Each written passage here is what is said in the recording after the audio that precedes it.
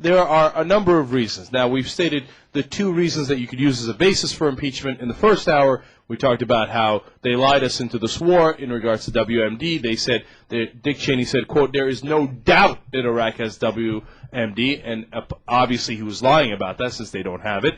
Don Rumsfeld said that he knew exactly where they were. They were in the north, south, east, and west of Tikrit somewhat.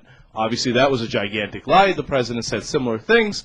And they also lied about the connection of Iraq to 9/11. They're on the record on this. It's a gross violation of the public trust.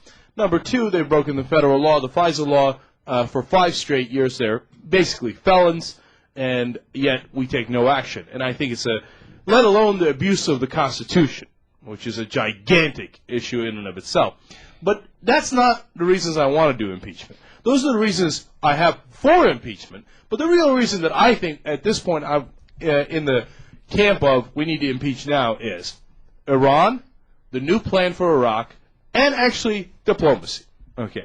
They plan to do absolutely no diplomacy in the next 2 years as the world spins out of control. They say it. They say we will not talk to Iran and Syria. We will not talk to Hezbollah. We will not talk to Hamas. We're not going to talk to anybody who opposes us. And that's the whole point of diplomacy. I can talk to my friend all day long. The question is, can you talk to your enemies? Yeah, but so we impeach these guys. Who comes in to fill their seats, and what makes you think that they're going to try to foster any sort of, room for diplomacy? Good question, Joe. Number one, I think almost anyone else would be leagues above these guys. It's not like Bill Kristol's going to come in and take over. Yeah, I mean, I guess if you put in Bill Kristol or John Bolton or one of about only 20 other madmen in the country, they would be the equivalent of these guys. But anyone outside of those 20 neo-clowns, James Baker, Richard Lugar, and these are all people who supported this administration, who voted the wrong way. Okay, John Danforth, who has not supported the administration but has been worked as an ambassador to the UN. Colin Powell, whatever, who cares?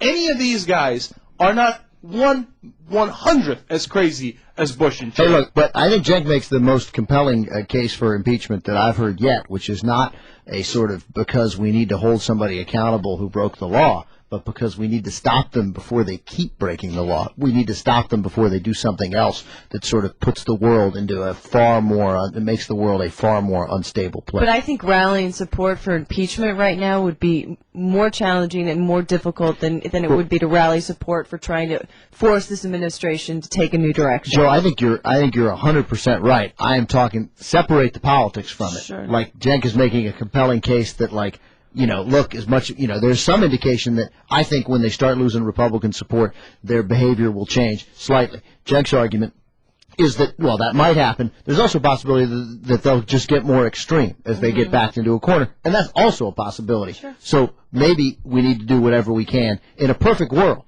obviously, we would get rid of these guys because they're incredibly dangerous. We're going to take your calls when we come back. But think about this during the break, okay? Ironically, I'm trying to help the Republican Party here. Because if they don't impeach these guys, they're going to sink the Republican Party.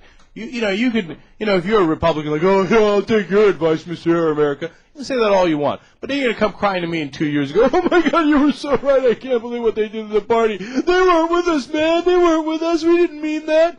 All right, well, then I'll hear you 2 years from now. Because if they invade Iran, the Republicans will not win a presidential election for the next 20 years, and they might be completely done and extinct as a party. You think I'm crazy now? Well, let them invade Iran. Part of me wants to say, go ahead and do it. Right. Go ahead and do it, and we'll see what happens. Yeah, except there'd be all these innocent people killed. Exactly, and that's why we fight so hard against it, even though we know that it would do tremendous damage to the Republican forget the bleeding heart, many people would be killed. The world would be in chaos. My life would be in greater danger. My friends' children's lives would be in greater danger. Your children's lives would be in greater danger.